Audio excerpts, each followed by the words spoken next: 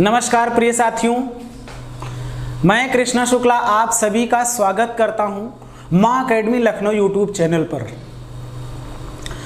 मैं आप सभी के सामने व्याकरण की सीरीज लेकर के आ रहा हूं, जिसमें हिंदी व्याकरण से संबंधित सामान्य हिंदी के तौर पर जो पाठ्यक्रम आपकी परीक्षाओं में सम्मिलित किया गया है, चाहे वह लोअर पीसीएस का एग्जाम हो, समीक्षा अधिकारी का एग्जाम हो, लेखपाल हो यानी यूपी ट्रिपल एससी अधीनस्थ के द्वारा जो वैकेंसीज आती हैं वो हो, चाहे टीईटी हो, राजस्थान टीईटी हो, मध्य प्रदेश टीईटी हो, केवीएस, एनवीएस, इन सभी परीक्षाओं के लिए मैं व्याकरण की शुरुआत कर रहा हूं। तो व्याकरण का आप पूरा गहनता के साथ अध्ययन करेंगे और मैं यह दावा करता हूं कि जो भी व्याकरण पाठ्यक्रम है, व्याकरण का जो पाठ्यक्रम है वो पढ़ाऊंगा, उससे बाहर प्रश्न नहीं आएंगे, ये मेरा वादा है। तो ये सिलसिला थमेगा नहीं, लगातार चलेगा। तो जुड़ते रहिए मां अकेडमी लखनऊ यूट्यूब चैनल के साथ और हम शुरू करते हैं व्याकरण। तो व्याकरण सबसे पहले तो जानना आवश्यक होगा कि है क्या चीज। एक एक शब्द को बड़ी गहनता के साथ, बड़े सलीके से, तरीके से हम लोग यहां पर डिफाइन करेंगे।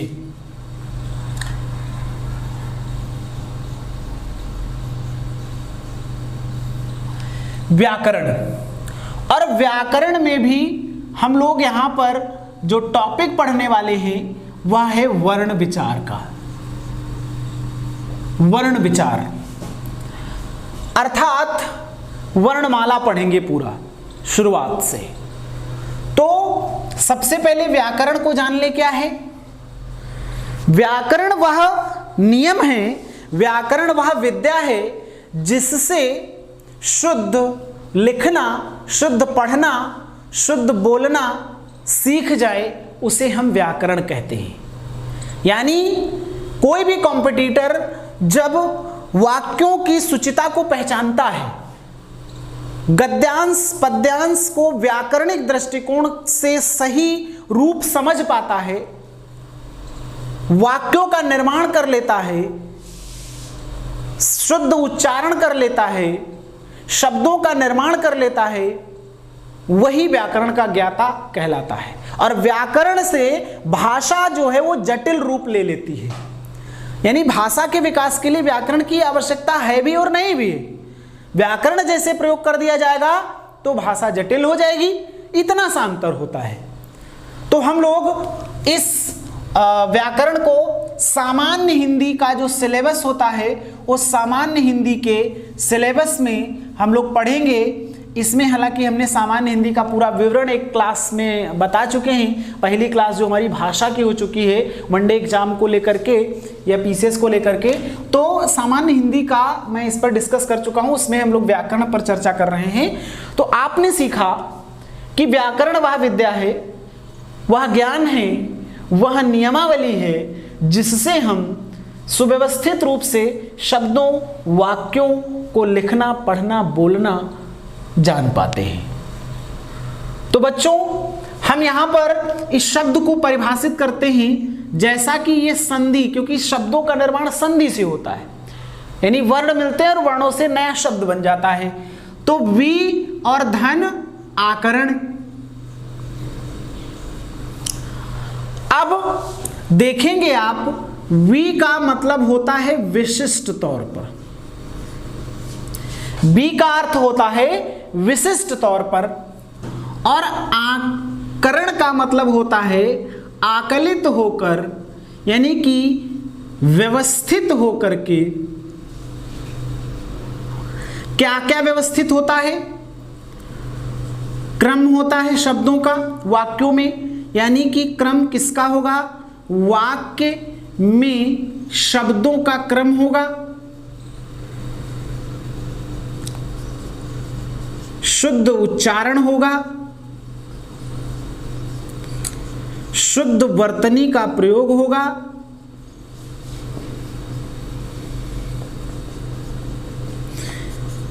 नए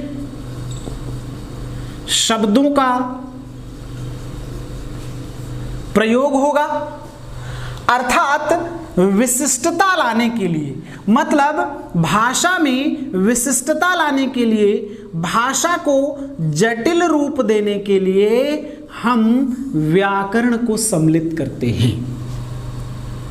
अब एक चीज और यहां पर जानिएगा, मैं इधर इसको लेकर के आ रहा हूं, वी और धन आकरण।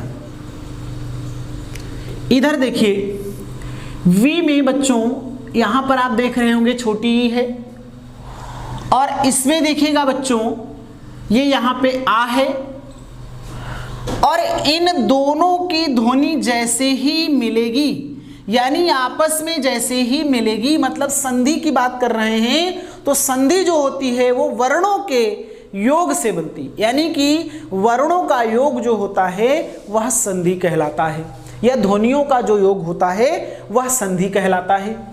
अब उच्चारण इसका देखिएगा, ईय, हंसी आएगी थोड़ा सा, लेकिन बहुत ही गहनता का कॉन्सेप्ट है, इस चीज को समझिएगा।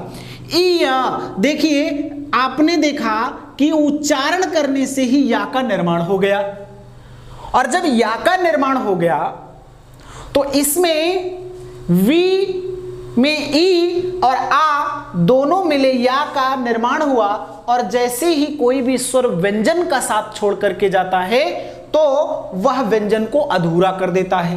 अब आप देखेंगे जब इसको आधा करेगा तो ये बनेगा। अब यहां पर देखिएगा ये या है तो व्या, और अब इस शब्द को, क्योंकि संधि जो है ये दो ही वर्णों का मेल हो रहा है यहां पे, तो व्याकरण, शब्द टूटा, शब्द जुड़ गया। अब आपको समझ में आया होगा कि व्याकरण क्या है। कई ऐसे हमारे भाषाविद थे जिन्होंने व्याकरण का प्रयोग शुद्ध बताया, कहा भाषा के विकास के लिए व्याकरण की आवश्यकता होती है और नहीं होती, दोनों मत सही है। ठीक है, भाषा का जटिल रूप प्रस्तुत करना है तो व्याकरण की आवश्यकता होगी, जटिल रूप प्रस्तुत नहीं करना है, सामान्य बोलचाल की भाषा, तो उसमें व्याकरण की कोई आवश्यकता नहीं होती। तो बच्चों इस पूरे कॉन्सेप्ट को आपने समझा, सिर्फ मैं एक व्याकरण शब्द की बात कर रहा था, लेकिन मैं यहां पर एक क्वेश्चन आपको निकाल करके दे रहा हूं, वी धन आकरण इया, और यहां पर यण संधि का निर्माण हो गया। कौन सी संधि बन गई? यण संधि। आपसे पूछ ले कि व्याकरण का संधि विच्छेद क्या होगा, तो विधन आकरण, और व्याकरण में संधि कौन सी होगी, तो यण संधि, इको यणचि। ठीक है भाई, तो ये हो गया व्याकरण की बात। अब इसके बाद हम बात करते हैं वर्ण विचार की।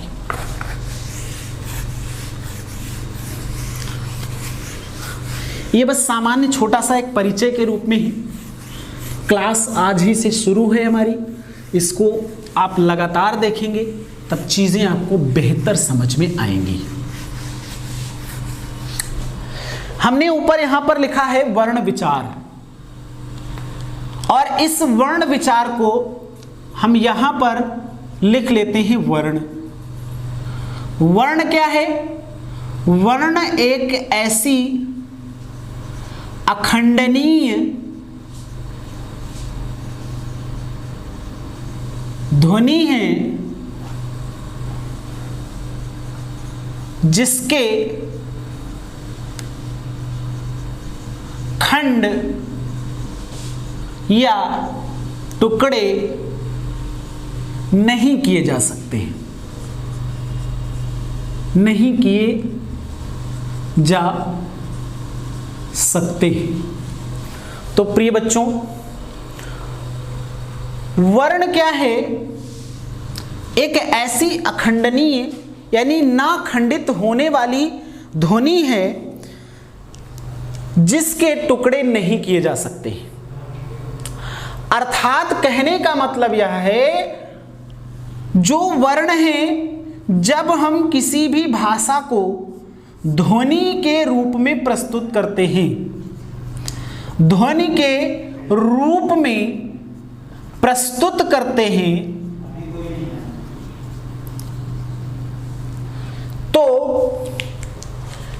ध्वनि भाषा की बुनियादी, ध्वनि भाषा की बुनियादी या आप कह सकते हैं बुनियाद माना जाता है। ध्वनि जो है ये भाषा की बुनियाद माना जाता है ध्वनि को। अर्थात जब पशु पक्षी का चहचहाना होता है, मनुष्य जाति का बोलना, संप्रेषण का माध्यम संपादित होना, तो उसके लिए उच्चारण होता है। उच्चारण के लिए हमारे फेफड़े, हमारे मुखांग, श्वास वायु, ये सभी जब मिलते हैं तो उनसे ध्वनि का निर्माण होता है। और जब ध्वनि का निर्माण होता है, अभी मैंने बताया भाषा जो है, भाषा में जो ध्वनि है यानी कि ये बुनियाद के रूप में माना जाता है। कारण क्या है? क्योंकि जब हम पेड़ों की हलचल, पक्षियों का चहचहाना, पशुओं का बोलना, मनुष्य का बोलना हम किसके रूप में प्रकट करेंगे? ध्वनि के रूप में।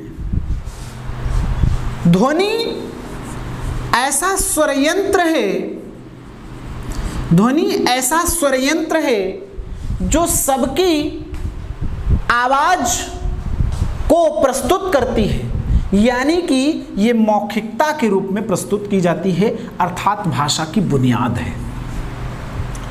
अब जो ध्वनि है, अब देखिएगा ध्वनि से संबंधित कितने प्रश्न पूछे जाते हैं। ध्वनि क्या है? भाषा की बुनियाद स्थापित करती है। ध्वनि क्या है? भाषा की मौखिक इकाई के रूप में मानी जाती है। ध्वनि क्या है? भाषा की मौखिक इकाई के रूप में मानी जाती है। ध्वनि भाषा की सबसे छोटी इकाई के रूप में मानी जाती है। भाषा की बुनियाद मौखिक इकाई भाषा की सबसे छोटी इकाई के रूप में मानी जाती है। अर्थात अब हम जब यहाँ पर बात करेंगे ध्वनि के साथ साथ वर्ण की, तो वर्ण ना खंडित होने वाली इकाई है और वर्ण भाषा की सबसे छोटी इकाई है। वर्ण खंडित ना होने वाली इकाई है। किसकी इकाई है? भाषा की। वर्ण जो है ये भाषा की लिखित इकाई के रूप में मानी जाती है। तो जब हम भाषा की अभिव्यक्ति कर रहे हैं, चाहे वह मौखिक हो चाहे वह लिखित हो, उसके लिए छोटी इकाई की आवश्यकता होती है। और उस इकाई को जब हम एक समूह के रूप में बांध देते हैं तो वह ध्वनि संकेत या वर्ण शब्दों का निर्माण कर देते हैं। मेरे प्रिय बच्चों, बात को जरा ध्यान से समझना, क्योंकि गहराई तक जाने के लिए प्रश्न वहां तक पूछे जाएं जहां तक, यानी कि जहां तक आपकी जानकारी है, प्रश्न कितनी भी गहनता से पूछा जाए आप उत्तर दे सकें। अभी हम लोग बहुत यहां पर चीजें डिस्कस करने वाले हैं,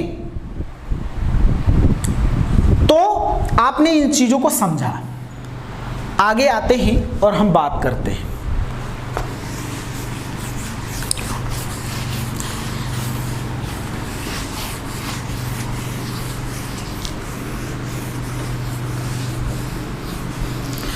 तो जब मनुष्य होमो सेपियंस के रूप में था तो वह बोलना नहीं जानता था।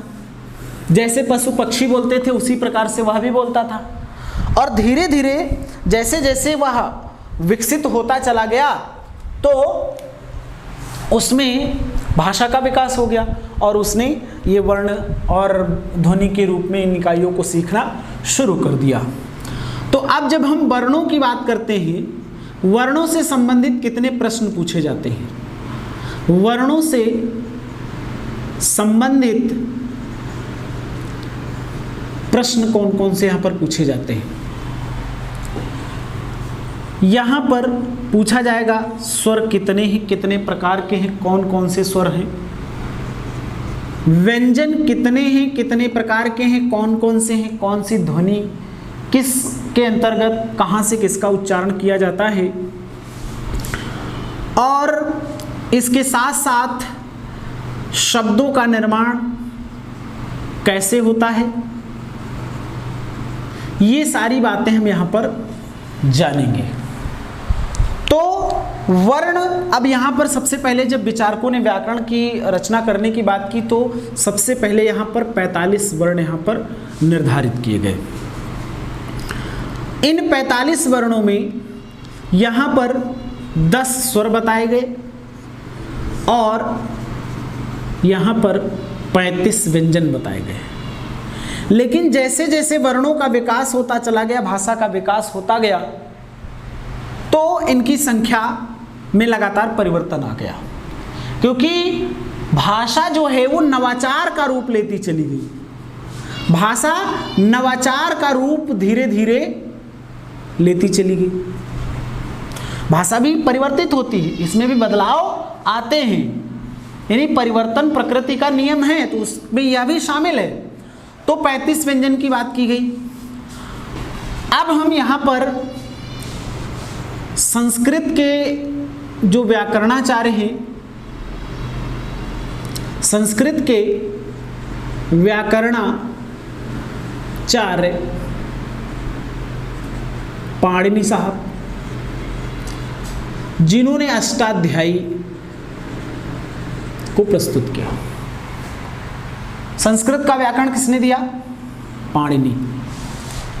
अब हमारे व्याकरण को यानी आचार्य महावीर प्रसाद द्विवेदी के कहने के आधार पर 43 वर्णों की बात हमारे पंडित कामता प्रसाद गुरु ने किया। इनका व्याकरण तो अच्छा था, लेकिन सर्वमान्य व्याकरण के रूप में नहीं माना गया। इसके बाद में एक अगले व्याकरणाचार्य आए, जिनका नाम था आचार्य किशोरीदास वाजपेयी। इन्होंने वर्णों की संख्या 52 बताई। कितनी बताई? 52 बताई। और इस पर हम लोग अब चर्चा आगे करेंगे। तो किसने बताया? आचार्य किशोरीदास वाजपेयी ने।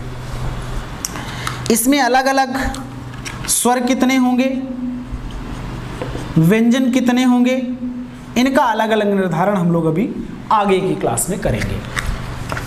आइए, तो प्रिय बच्चों, ये जानकारी आपको हासिल हुई। अब इसके साथ साथ अगर आपसे पूछा जाए वर्ण कितने हैं, तो कुल आप बताएंगे 52। वर्णों की संख्या आप कितनी बताएंगे? कुल 52 वर्ण हैं यहां पर। और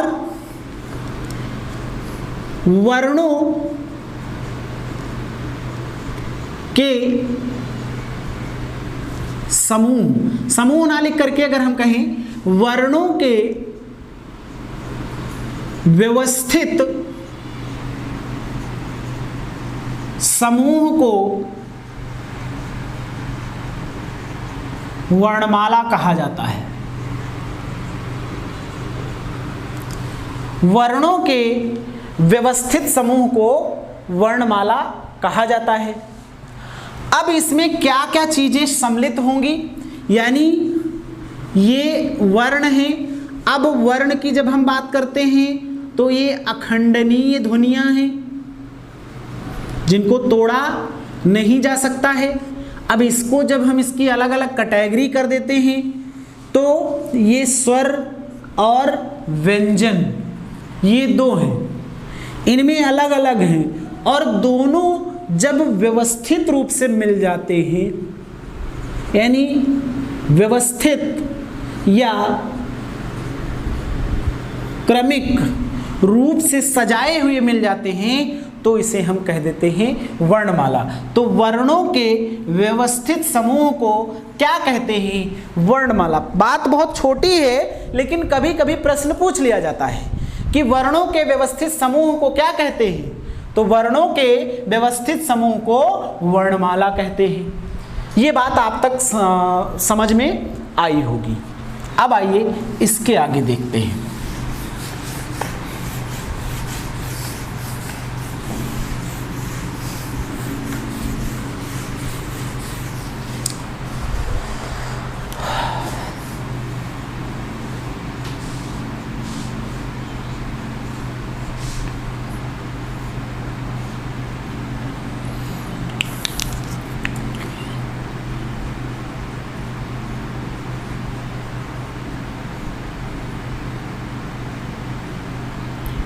वर्णमाला।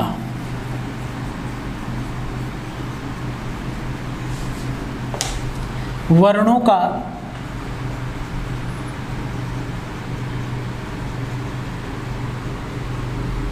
व्यवस्थित समूह क्या कहलाता है? वर्णमाला कहलाता है। अब देखिएगा इसके कुछ यहां पर महत्वपूर्ण संदर्भ हैं, तो उस चीज को आप पहले जान लीजिए, उसके बाद में इसका मैं क्रम प्रस्तुत करता हूं, या पहले आपके सामने मैं लिख देता हूं उसके बाद में।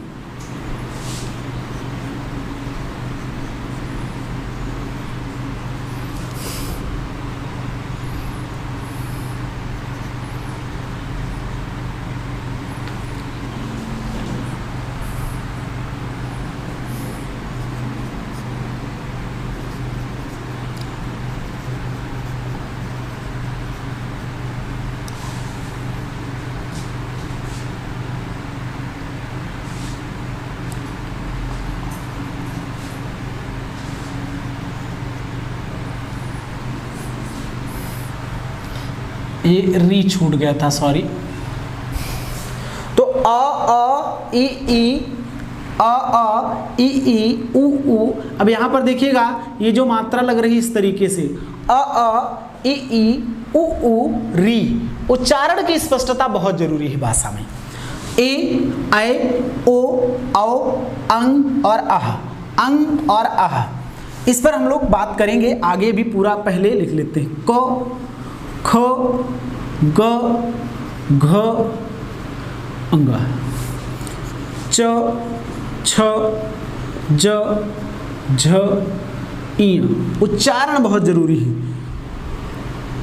ट ठ ड ढ ण, त थ द ध न, प फ ब भ म, य र ल व,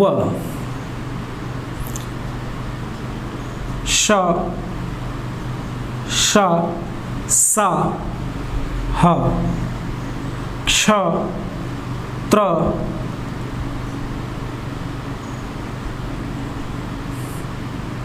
ज्ञ श्र ड और ढ़। अब आप देख लीजिएगा इसमें पूरे जो अक्षर लिखे हुए हैं ये 52 के 52 हैं। आप चाहें तो गिनती भी कर सकते हैं, 1 2 3 4 5 6 7 8 9 10 11 12 13 14 15 16 17 18 19 20 21 22 23 24 25 26 27 28 29 30 31 32 33 34 35 36 37 38 39 40 41 42 43 44 45 46 47 48 49 50 51 और 52। ठीक है, तो ये 52 वर्ड हैं। अब इससे संबंधित यहाँ पर कुछ प्रश्न महत्वपूर्ण पूछे जाते हैं। इसकी चर्चा एक एक वर्ण के बारे में, जैसा कि अभी मैंने बताया कि यहाँ पर 52 वर्ण हैं, तो इन 52 वर्णों के हर एक वर्ण का 52 क्वेश्चन बन सकता है। किस प्रकार से क्वेश्चन बन सकता है? अगर मैं उदाहरण के स्वरूप यहां पर एक उठा लूं, यहां पर कोई भी वर्ण उठा लूं, कोई भी, जैसे हमने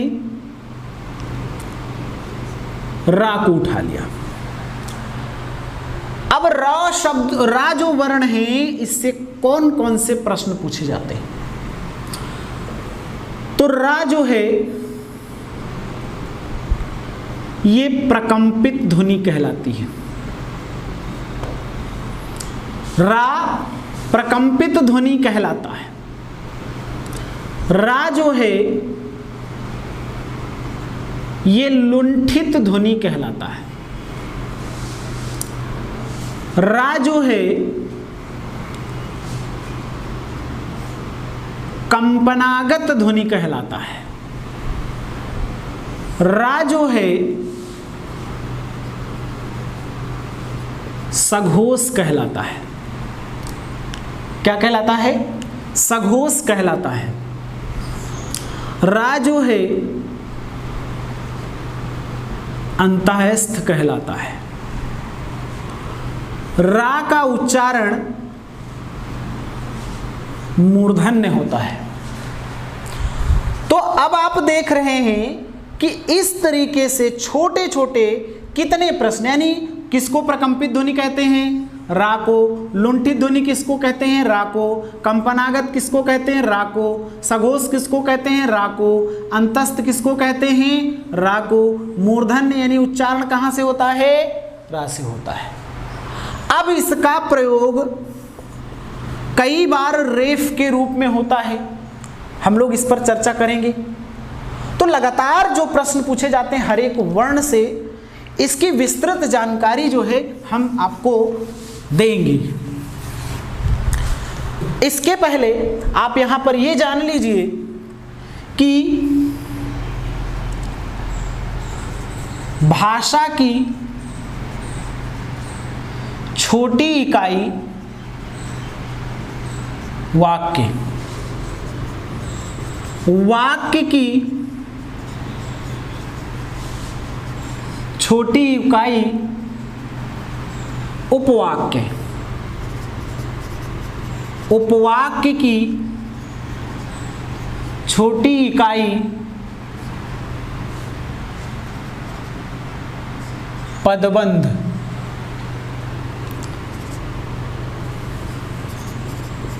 पदबंध की छोटी इकाई पद या शब्द, पद या शब्द की छोटी इकाई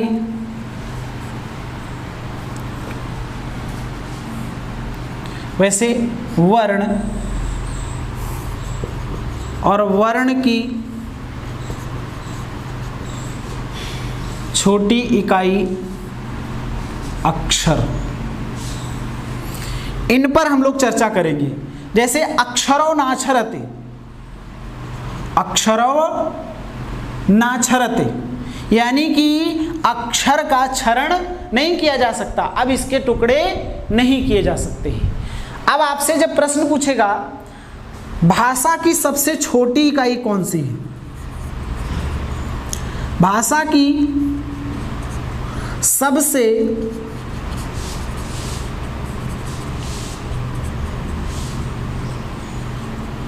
कौन सी है, ऑप्शन में कुछ इस तरह से दिए, वर्ण,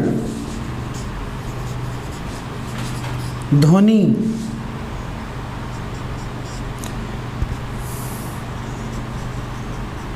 अक्षर और शब्द। अब जरा इस चीज को गौर करिएगा, आप ध्यान दीजिएगा।